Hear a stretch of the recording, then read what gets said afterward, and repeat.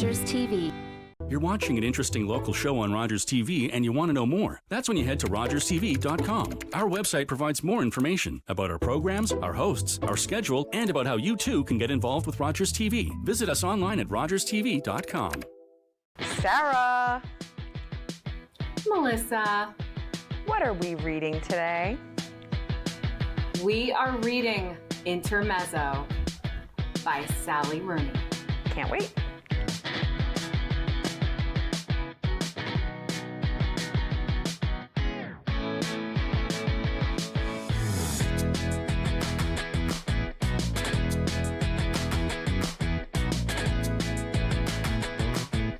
You have been on the move this fall. I've been tracking your location throughout the last few months. You've been crossing national borders, or at least one national border in different places.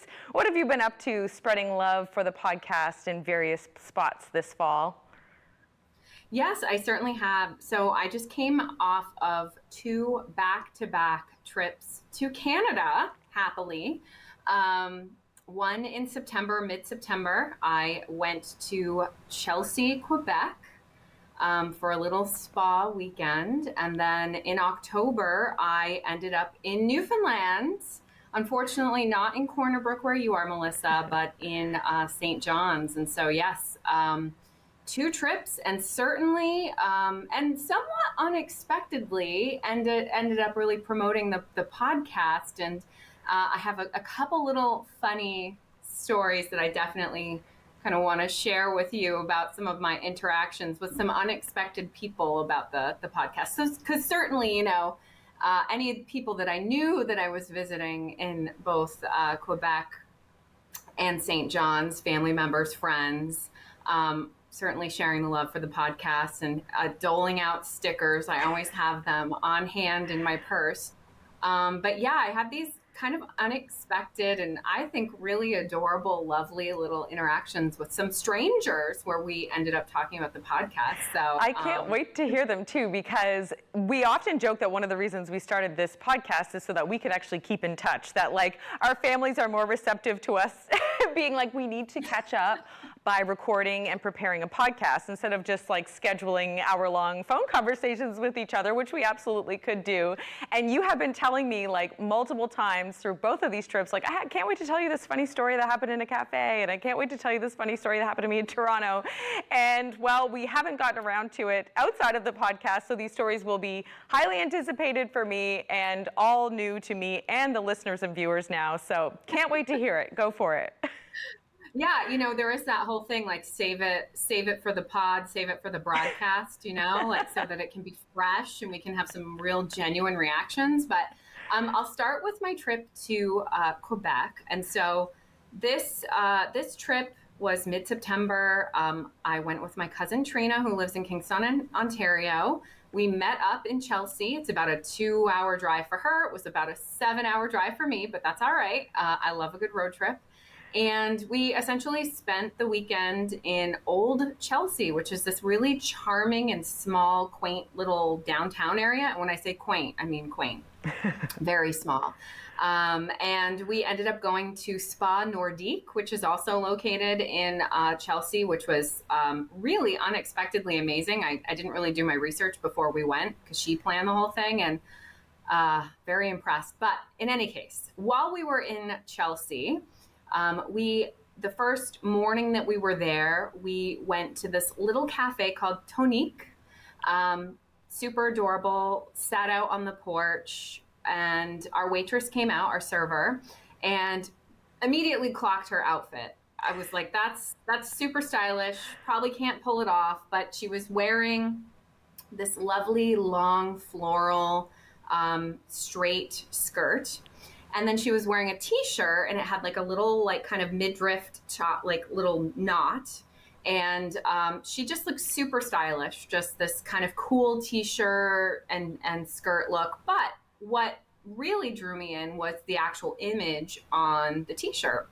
So it was an illustration of a woman wearing sunglasses, kind of laying back and reading a book. And the cover of the book was super prominent. So you could see the name of the book, the author. And I thought, well, for one, super cool image, especially for someone who loves reading books. Two, it looked really familiar, the cover of the book. Like I didn't like automatically recognize the author's name, but I thought, God, that looks familiar. Like I've seen it from somewhere. So, this server is reading the specials to us, and here I'm like sizing her up and down.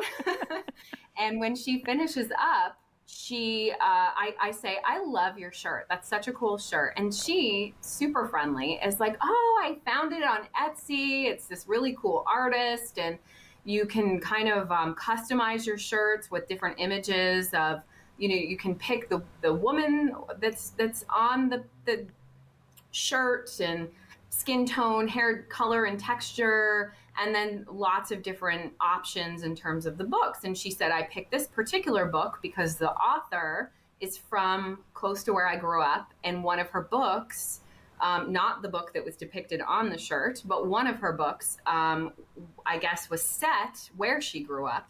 And so she found this shirt on Etsy and wore it. And she went back, and I was like, that's great. She went and, put her order in, and my cousin and I are talking, and I'm like, God, that looks familiar. And so I just had this thought of like, I think Melissa's read this book. And so I went onto our could read, should read, must read Instagram, and I pulled up the image of you, Tom, and the kids on your way to PEI. Yes. And all of you with your respective PEI set books.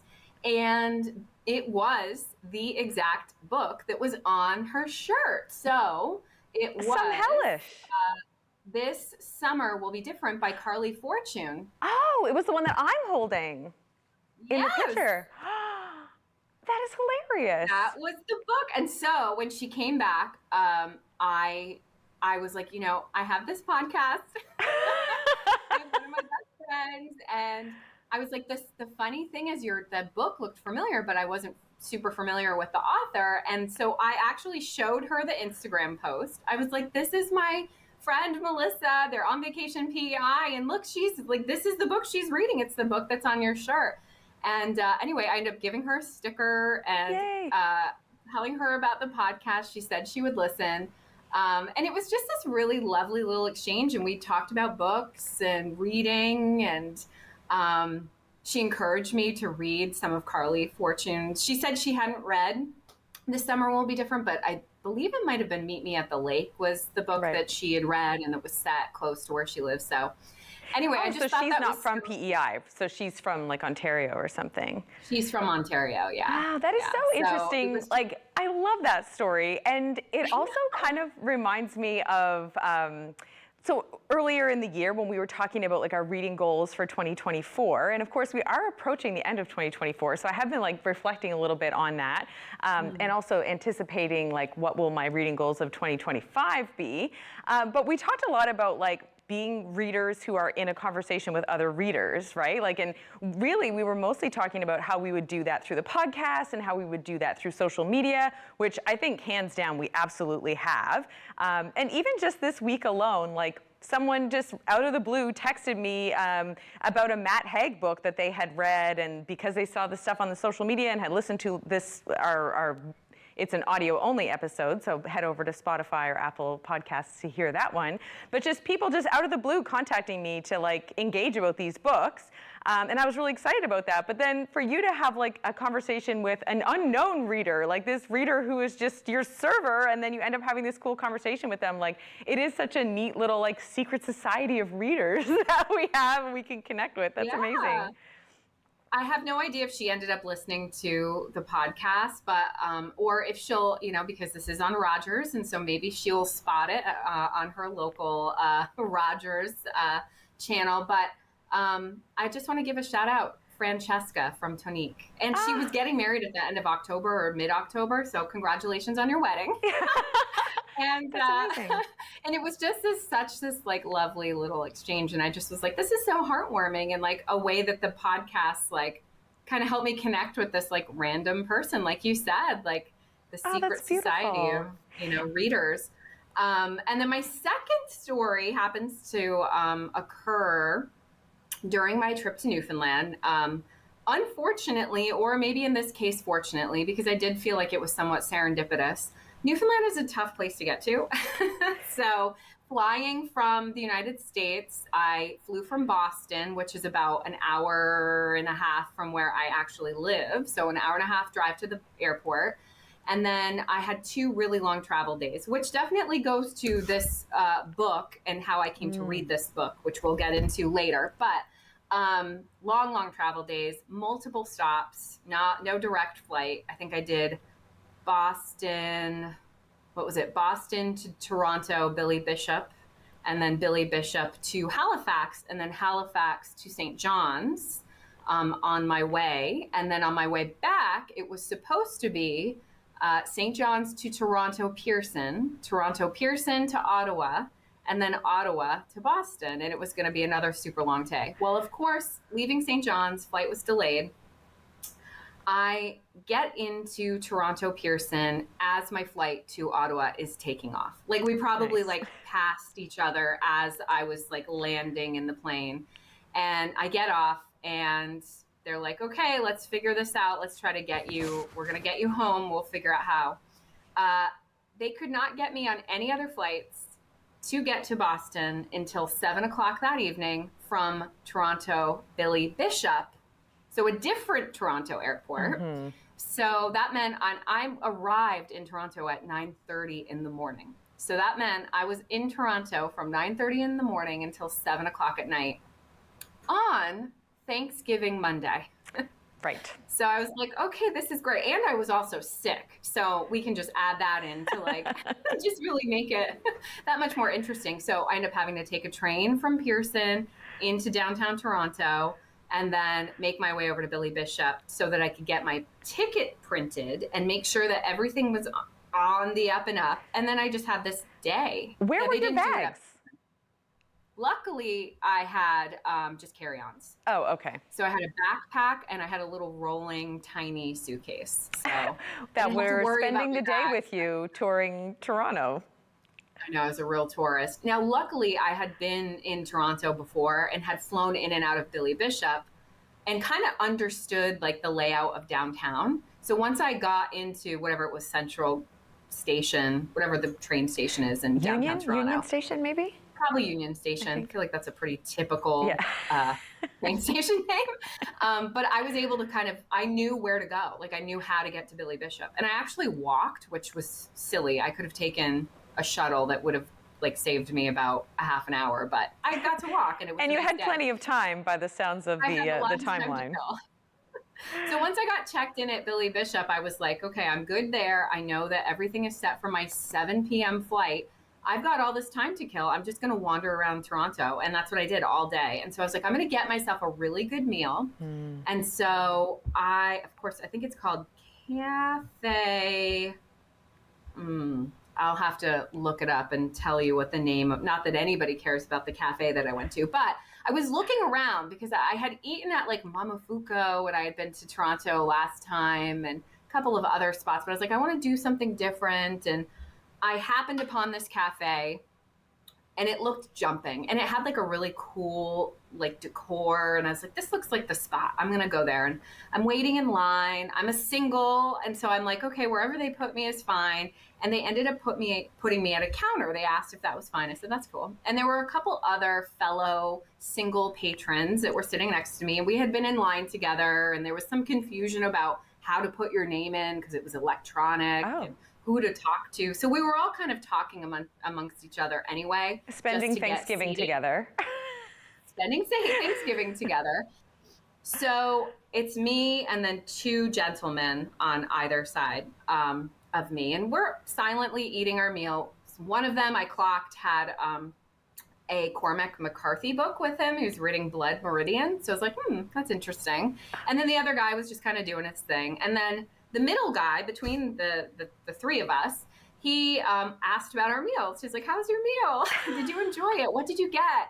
And so we all started chatting away and we talked about where we were from. So the gentleman in the middle, his name was Paulo, originally from Brazil and living in Montreal, but in Toronto for business. I think he actually works as like a director in some like kind of pharmaceutical or medical supply sales. Like he was telling us all about it. Super chatty, super friendly guy. Like he was the one that was definitely like initiating the conversation. And then the other guy that was sitting on the other side, his name was Sean. He's from British Columbia.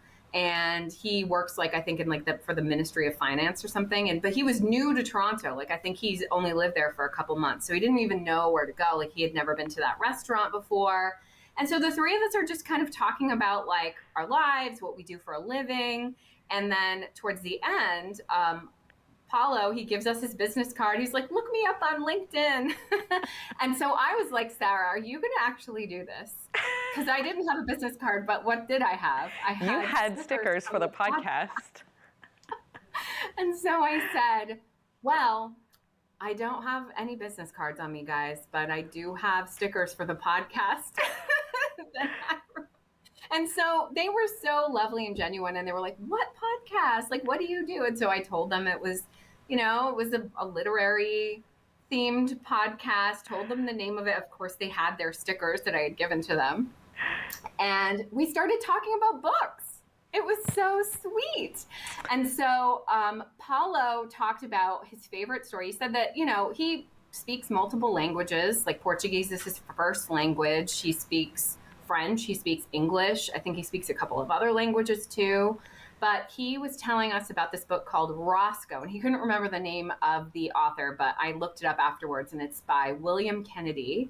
It's a story about basically like the Democratic political machine in Albany, New York during like the late 60s and early 70s, but it's a fictionalized version of something that really happened. But he said that for whatever reason, it was just his favorite book, the way that it was written, and he encouraged us to read it. And then we ended up talking a bit more about like Cormac McCarthy. And then I, ever so confident, because I've never actually read any Cormac McCarthy. I feel like that's a crime. But because we were trying to describe the type of books that he writes, because I know enough about the guy. I know like the tone and the subject matter that he usually writes about between Blood Meridian and The Road. And then I talked about the film No Country for Old Men. I'm like, yeah, that's based on a Cormac McCarthy novel. And I said it so confidently. And then I was like, I really hope I'm right, because I'm going to look like a real dummy to these guys if they like fact check me after our conversation. Are you right? I don't know. I don't know. I haven't looked it up. Oh. You're like, I want to live in this bliss as long as possible. Well, I want them to think I was a smarty pants, like, you know, not only knowledgeable about books, but also film as well. But anyway, we just had this like impromptu, lovely discussion about books and what books mean and what we love.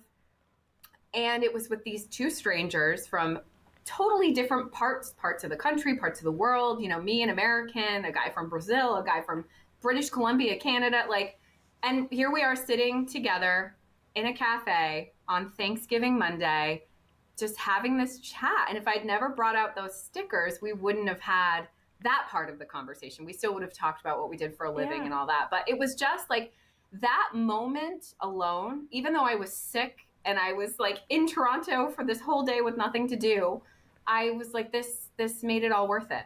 Like having this interaction. And it was so just beautiful. This really special moment that I'll like remember forever. And I totally added Paulo in LinkedIn. Well, on that day when you messaged me, you were like, I can't wait to tell you this story. You're like, it has restored my faith in humanity. I was like, oh, this is going to be a real gem. And it's funny and because... it also in a... Oh, no, sorry. you go. Ahead. Oh, I was going to say, and it also is like one of the reasons, and not that this is a uniquely Canadian experience, but I did think about being in Toronto, which is like, what, the biggest city in Canada. And then I thought about being in a place like New York City. And no offense to anybody from New York City, but I don't know that conversation would have happened. Honestly, I really don't. Yeah, and I just like attributed that to where I was and who I was speaking with. And not that like Paulo is from a different country, he's from Brazil, but that's like this idea of like that kind of cultural mosaic and like this, like, I don't know, like it's this association that I have with like being in Canada. And I don't know, it was just like, and even like in the interaction with Francesca, and in Chelsea, Quebec. Like, it was just these lovely moments. And I'm like, it was made me so grateful that I went on those trips. Yeah. And that I had those interactions. And yeah. I guess there is, I'd like to think, just like an openness to that type of discussion, right? That you're in an environment with like relatively diverse, and that you're like, but everyone felt like safe and open to like pursue a conversation about books. And I love this. I want to get a t-shirt made that says like Secret Society of Readers or something, because I do feel like now there's like this like little, well, not now, there's always been, I guess, like a subculture of readers, and that they can connect about things. And obviously you said you haven't read any Cormac McCarthy, but it is sort of like when you are part of that circle, you do tend to kind of know about books, even if you don't necessarily have like an intimate knowledge of the book itself, or haven't even read the book. We were talking about Cormac McCarthy like within this last week at our house, because I was sort of telling the kids like to make a joke of it, but also like confessing to Tom that when we had first gotten together, I decided to read The Road, which is, I'm going to say confidently by Cormac McCarthy, but I am like 99% No, sure. it is. I am 100%. So I remember reading that, and it was like a book that he had, and I was like, oh, hey, can I borrow this? And it was like, I hated it. And I was like trying to impress him, to be like, look at me reading Cormac McCarthy. I'm so impressive. But yeah, so all of this happened on your trip to and from St. John's, and all the while you were reading Sally Rooney's Intermezzo, which is what we're going to talk about now. And I would be remiss if I didn't mention the fact that this book is highly anticipated, or has been highly anticipated. I mean, Rooney has like a cult following based on her previous books, and not to mention the fact that Normal People was such a smashing success as a televised series. So in your case, were you really pumped about this book coming out? Were you like counting down days until the release? How do you feel in terms of your like excitement level for the release of this book? So I'll be honest. So first of all, my relationship with Rooney, I've read all 4 of her books now. So Conversations with Friends, Normal People, Beautiful World, Where Are You? And now Intermezzo. And coming into Intermezzo, like, I was certainly aware that it was coming out. I saw, lots of articles. Of course, the algorithm, because it knows that I'm a Sally Rooney fan, was definitely feeding me information about Intermezzo coming out. And I did think I will read that book, but I wasn't super excited about it, if I'm being perfectly honest. And that's really purely because the book that came out just before it, that I had read, because I did read her books kind of in chronological order as to when they were published, I read Beautiful World, Where Are You? And I did not like that book. Like, if we were to talk about, whether it was a could read, should read, must read, like, firm could read. Agree. Like, I did not like that book. And I did enjoy Conversations with Friends, and I loved Normal People. And so it was a real letdown, especially coming off of Normal People and then reading Beautiful World, Where Are You? And then just being like, ugh, just not into it at all. And so even though I knew I was going to read at Intermezzo, it wasn't like on my TBR, like as soon as it comes out, I got to get my hand on a copy. But I happened to be at our local library returning some books. And this was about a week before my trip to St. John's. And I knew that I needed to get a book, that I was going to bring a book with me for the trip. And so as I'm dropping my books off, I glanced at the new release section just to see if there was anything that kind of piqued my interest. And Intermezzo was sitting right on the shelf. And I was like, oh my goodness, I'm so surprised that this is just sitting here and that there wasn't like a wait list for it, because I know with some other books that I have looked from the library when they were new releases, like, you were on a wait list. Like, you were going to have to be, just waiting for the people in front of you to get through it first before you got your hands on a copy. So I just thought, this is here. I do want to read it, I guess, if this is the book I'm going to get. And then I looked at the number of pages, and there are, I think it's like 400 and we'll say like 430, 440, somewhere around that. So I was like, this is going to be a hefty book. It's probably going to tide me over for both long travel days. This will work out well. And so I even held off on even reading it, like, before I started my trip. Like, I did not start it until I was in the airport, maybe even on the plane, getting ready for my first flight. And what's crazy about it is I had a long, 10-hour travel day, but by the time I was in Halifax for my last flight, I thought, oh my God, I'm going to finish this book before my flight from Halifax to St. John's gets in, because I flew through the book. I probably ended up reading about 400 pages of that book in one day. Amazing. And without, we will get into the details about the book and what I liked about the book, or what maybe I didn't like about the book, but I feel like that is a testament to the book itself, is that I just flew through it. The pages just turn themselves. Oh, I love that feeling too, when you're just kind of plowing through and it's like you're hungry for more and you just want to keep going. Yeah. So I will say, unlike the last Rogers episode that we did, which was Fates and Furies, and I was spoiling this book left, right, and center, we cannot do this time, because I have my copy of Intermezzo right here next to me, and I fully intend to read it with a very similar kind of entry point as you, in terms of loved conversation with friends and normal people. Very much disliked, the title is Hello Beautiful World, Beautiful Where World, Are You? Where Whatever. Are You? I know, it's a weird That was one. just a mess. And then, so looking forward to this one, planning to read it, so you can't spoil it, but are you able to give a summary? I certainly am. And you just caught me with my my Duncan. America does run on Duncan, to all of our Canadian watchers out there.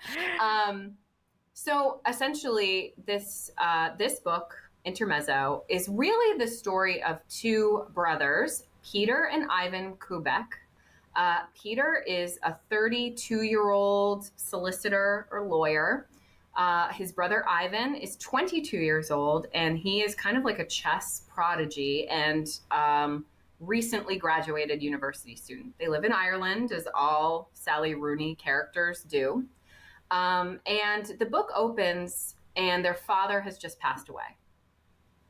He had a prolonged bout with cancer, and it was you never really get to know him. You don't see him. He's already passed away before the book starts.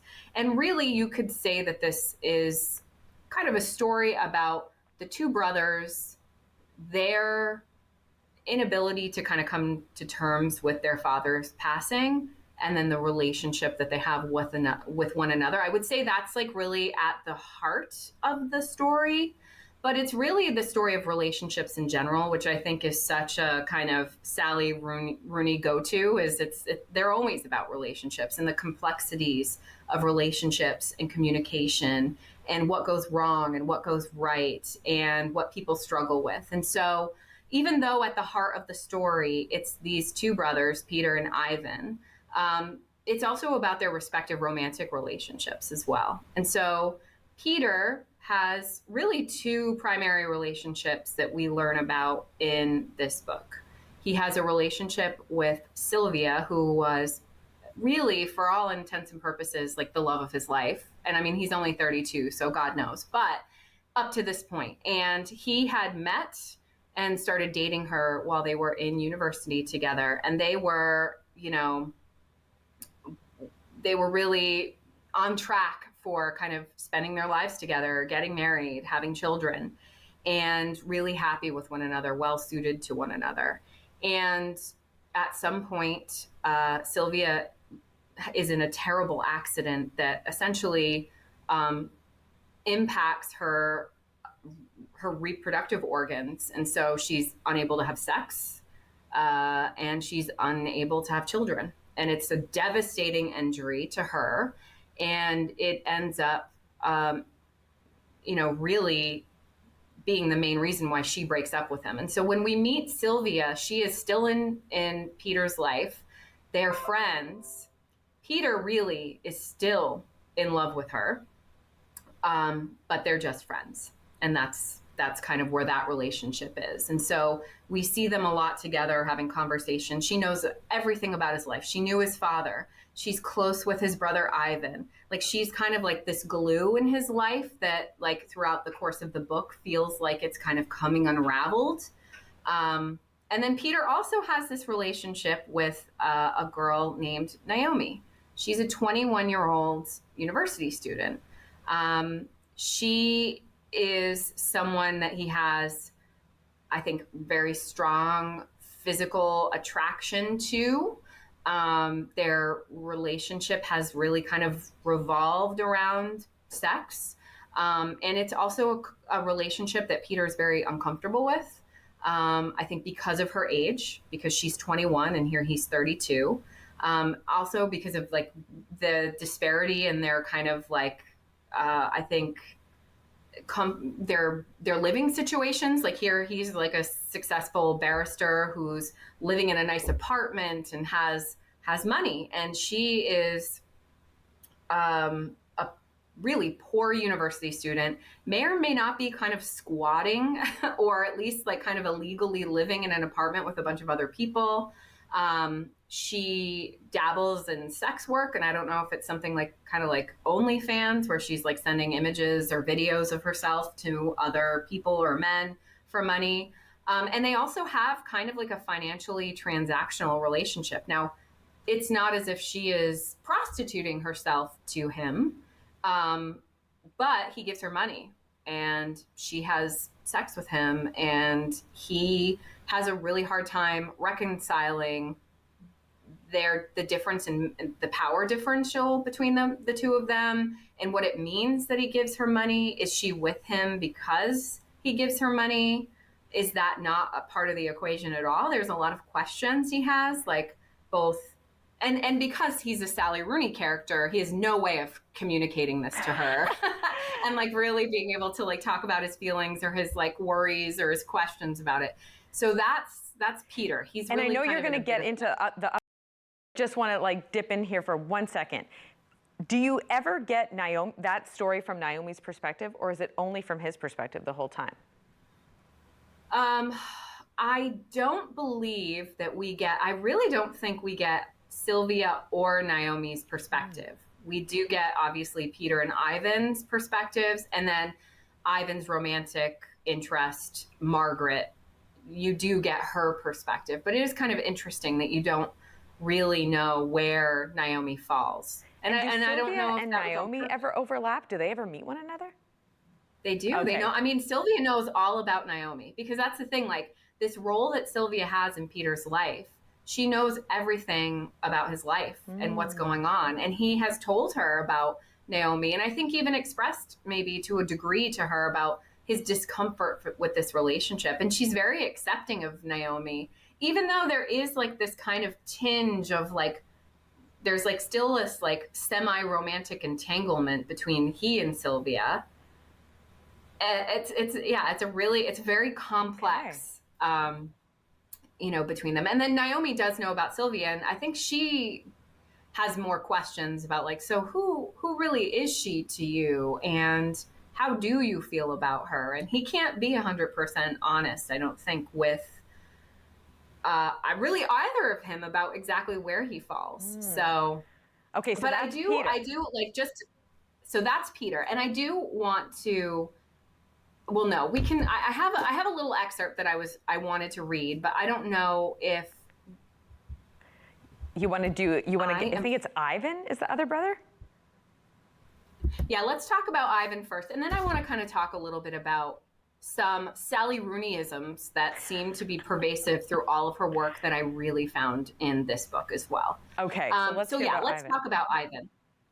So Ivan, as I said, is 22 years old. He's recently graduated from university, chess prodigy, although he kind of like peaked with his like success in chess when he was about 18. And then it's kind of gone downhill from there. Due at least in part to the fact that his father was sick, because out of the two brothers, Ivan was the most clearly impacted by his father's death. He lived with his father, he helped care for his father, and he was very emotionally attached to his father. And so he really bore the kind of more obvious brunt of his father's passing. And so he really has been faltering in his chess kind of competitions and his, I guess, success since his father's passing, or really since his father became ill. But we really get to know him. He's in a different part of Ireland. He's traveled because he's participating in a chess competition where he's essentially playing like 10 tandem games, like with 10 different people all at once. And he meets this woman named Margaret, and she is essentially like the director of like the Arts and Culture Center that's putting on this chess competition. And so she's there to just kind of make sure that he's all set. He has everything that he needs. But there's this immediate like spark between the two of them. And turns out she's 36. So she's significantly older than him. So kind of an interesting reversal with Peter and Naomi. Although a very different kind of relationship for sure. But yeah, sparks kind of fly between them. And Ivan's interesting because he, out of the two brothers, is the more socially awkward. He's still wearing braces. Like he looks kind of a lot more boyish. He, I think, might have like, might even be like kind of on the spectrum. Like I think he would even say that about himself, where there's certain like social cues that he just doesn't automatically pick up on. He's not as comfortable in social situations. And whereas Peter is like the kind of charismatic brother. He's the one that I think, I mean, here he is, like he's a successful barrister. So obviously he knows how to talk, knows how to be around people. And it's remarked upon that Peter's like the ladies' man. Like he's the one that always has a girl on his arm, and she's usually really beautiful. I'm picturing Colin Firth in my mind, but with an Irish accent. And I guess like the biggest gap that I'm noticing here, and I think this probably will allow you to talk perhaps about some of these Rooney-isms, but there seems to be an absence of a mother character. So is that part of it, and does that play into how this work sort of compares to other Rooney stories? So there is a mother character. She is in the book, like you do meet her, you do see interactions with both brothers and their mother, but she, for all intents and purposes, is not involved in their. She essentially left their father when, you know, Peter was in his like late teens, early 20s, and Ivan was like barely 10 years old. She left their father for another man who she's still with now, moved away. And so, you know, Peter was an adult at that point, but Peter doesn't even refer to him as mom. Like he calls her like actual given name, Christine. And then Ivan doesn't have a great relationship. He ends up only interacting with her because after his father passed away, Ivan had a dog that was living with his father, and neither Peter nor Ivan could take the dog because both of them were living in apartments. And so their mother ended up taking this dog, but she doesn't want the dog. And she's like, you have to get this dog out of my house. I don't want animals. Like, I'm going to give this dog away if you don't come and get this dog. So that's the only reason why, like, Ivan has any kind of interaction. But, like, she's a distant parental figure. So it's really interesting because both parents are absent, really, when it comes down to it. Like, the father is literally absent because he's no longer alive, but the mother is absent because she's just not emotionally or available or nurturing in the way that you would traditionally think of a mother as. But this is definitely something that I feel like we see time and again in a Rooney novel. Like, this is every character I feel like that we interact with the exception of maybe Connell in Normal People, because Connell has a very close relationship with his mother. His mother is awesome and becomes even like a little bit of a maternal figure to the Marianne character in Normal People. But I feel like that is such a big part of her books, is like these kind of absentee or estranged parental figures, and what kinds of impacts that has on respective characters. Even like the Margaret character, who is the love interest of Ivan in this book, she has a strained relationship with her mother.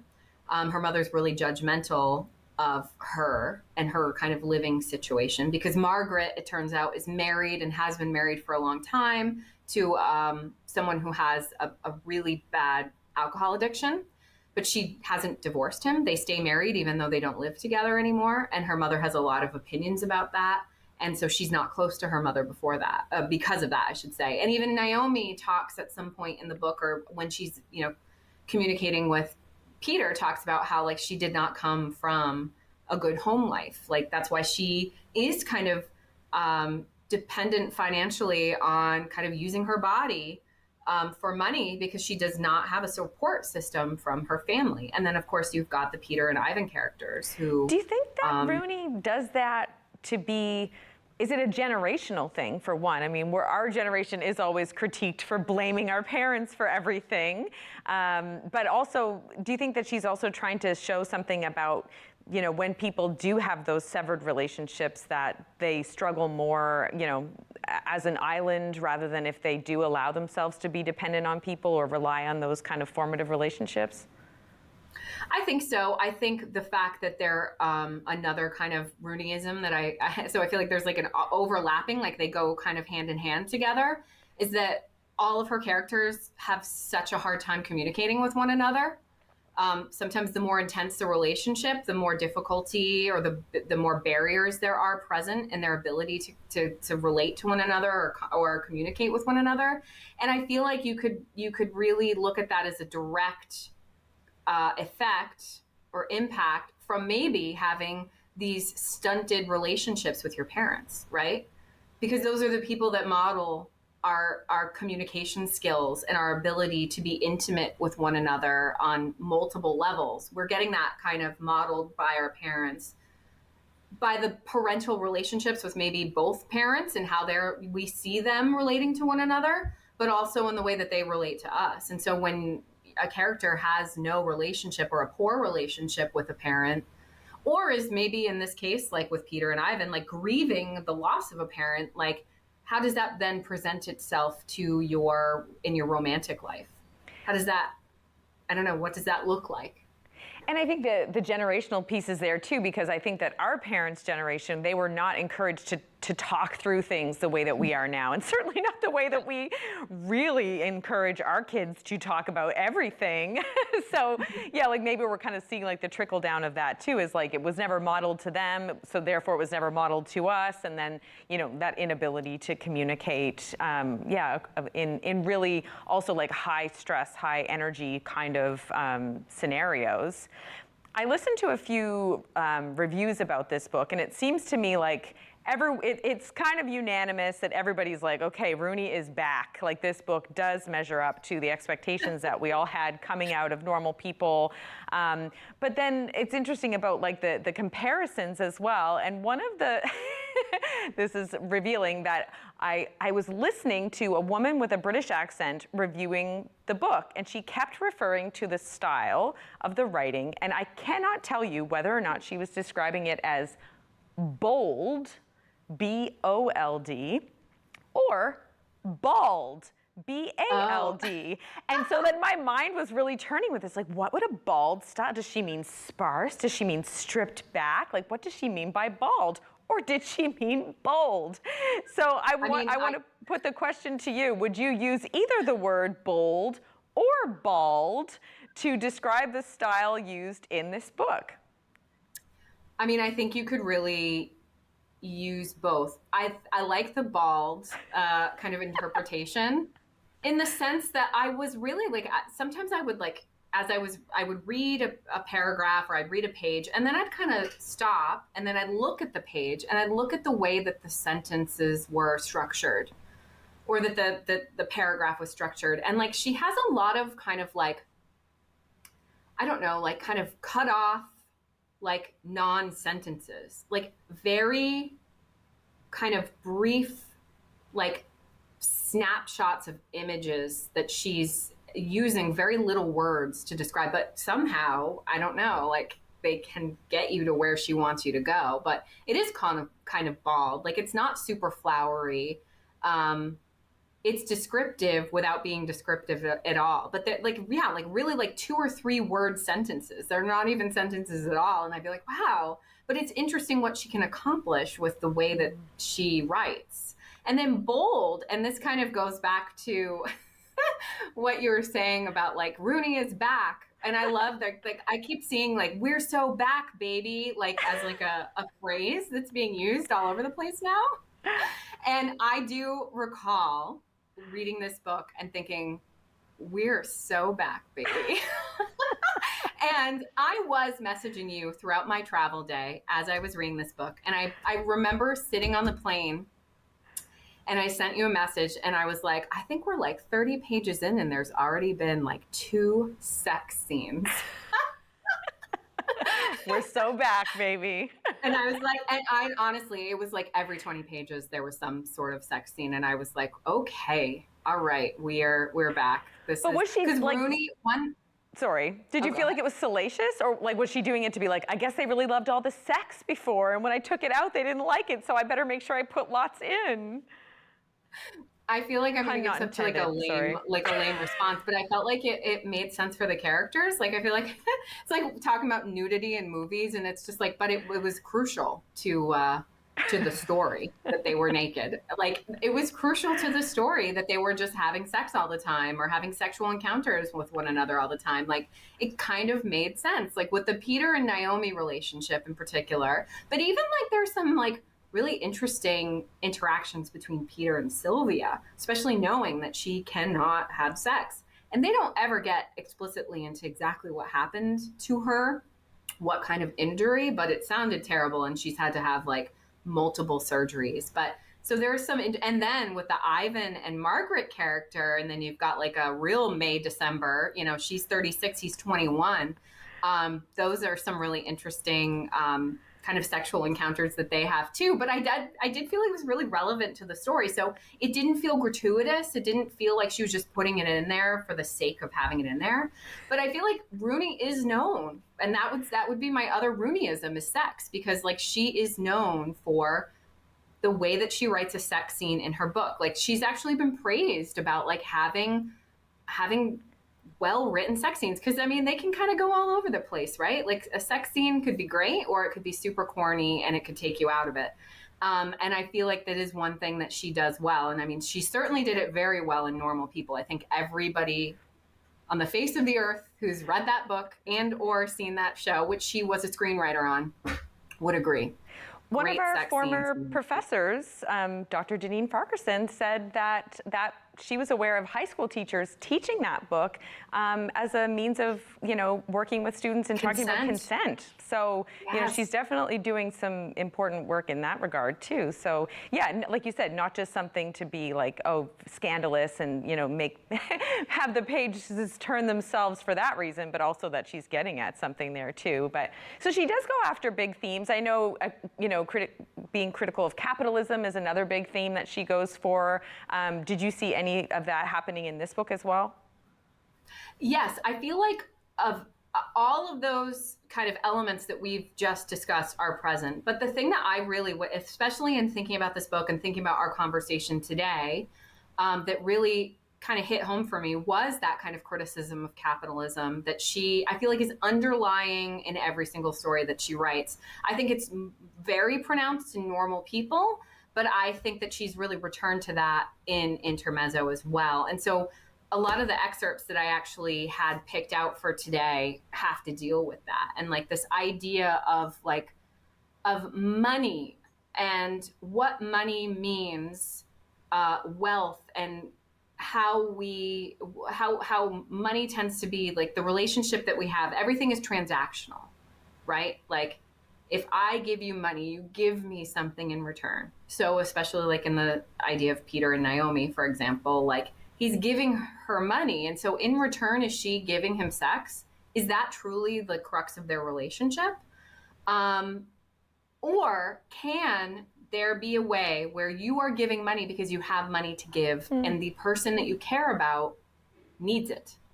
Right. And so... Sorry, yeah, go ahead. I do. This passage, yeah. I do have a couple. So the first thing I wanted to read was this interaction that Peter and Naomi have. This is pretty early in the book. It's like 66 pages in. And so Peter and Naomi are texting one another, and she essentially is kind of like, I'm like saying like, I'm kind of hard up for cash. Like I don't have any money right now. And so he is offering to give her money. And she thanks him. And then she messages him to say, like, oh, are you around tomorrow night? And he says, I'm not sure yet. And she says, okay, cool. And he thinks about this afterwards, this exchange that they've just had, like both the text exchange, but then the like financial exchange that they just had. And so it says, in an effort to emphasize that he expects nothing in return for his money, thinks nothing of it, and may not even be available in any case to collect on the debt his money very pointedly does not incur. Then, on a purely human interpersonal level, she feels hurt and rejected by his coldness, maybe. Someone just seems like they have to be exploiting someone here. But who and how? He, her, financially, sexually, or she, him, financially, emotionally? It can be exploitative to give money, also to take it. Money, overall, a very exploitative substance, creating it seems fresh kinds of exploitation in every form and relationality through which it passes, greasing with exploitation the wheels of human interaction generally. Now he feels bad and actually does want to call her, to hear her gossiping about her friends or describing what she's reading for college, to interject occasionally with unsolicited advice or commentary, that kind of thing. But it's too late. Why does everything have to be so complicated? He knows why. Flashing eyes of two animals through the undergrowth. Yes, what they want from each other. So, I don't know. I thought that was like a telling, like this idea of like, he feels taken advantage of in a certain respect, but then he feels like he's taking advantage of her. But he doesn't really know what to think about it. Like, who is the one that's taking advantage or exploiting the other person? And it's all through money. And so I felt like that right there was just like a little pointed dig at like, money corrupts everything.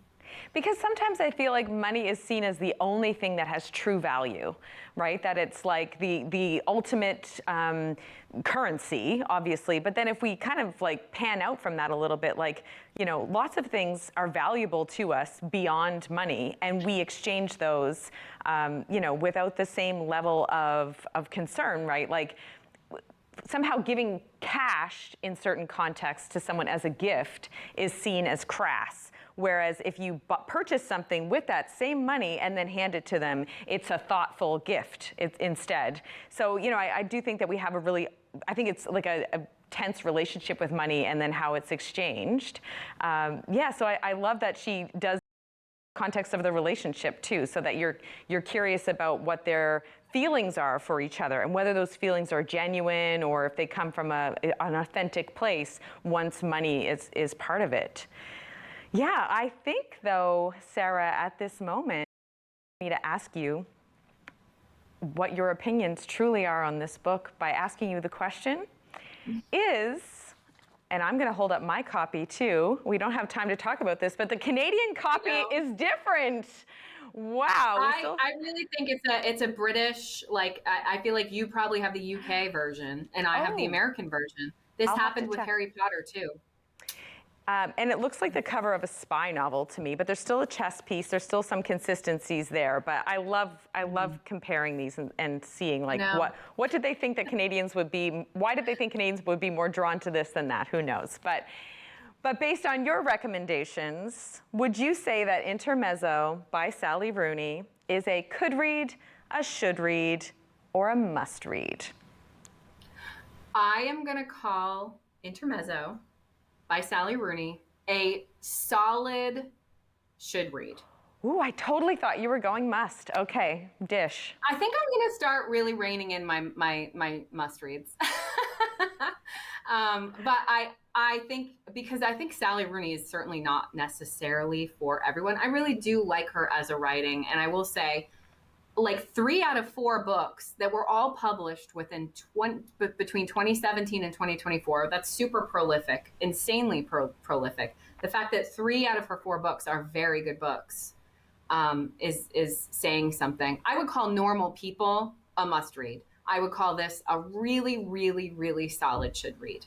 Amazing. So Well, I cannot wait to sink my teeth into this, and I think probably we'll probably revisit it when it comes to the holiday, the year-end roundup, which is going to happen in December.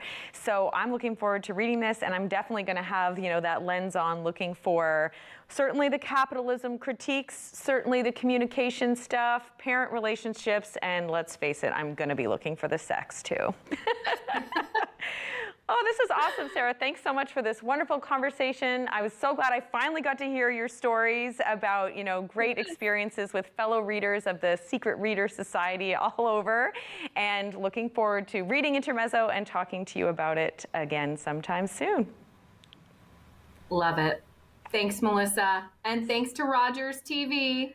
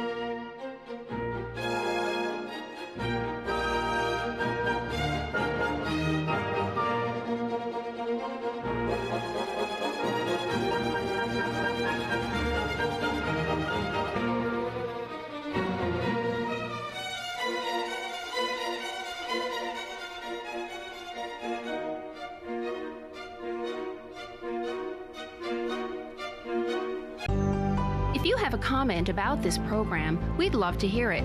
Email or call us, or send us your feedback through social media.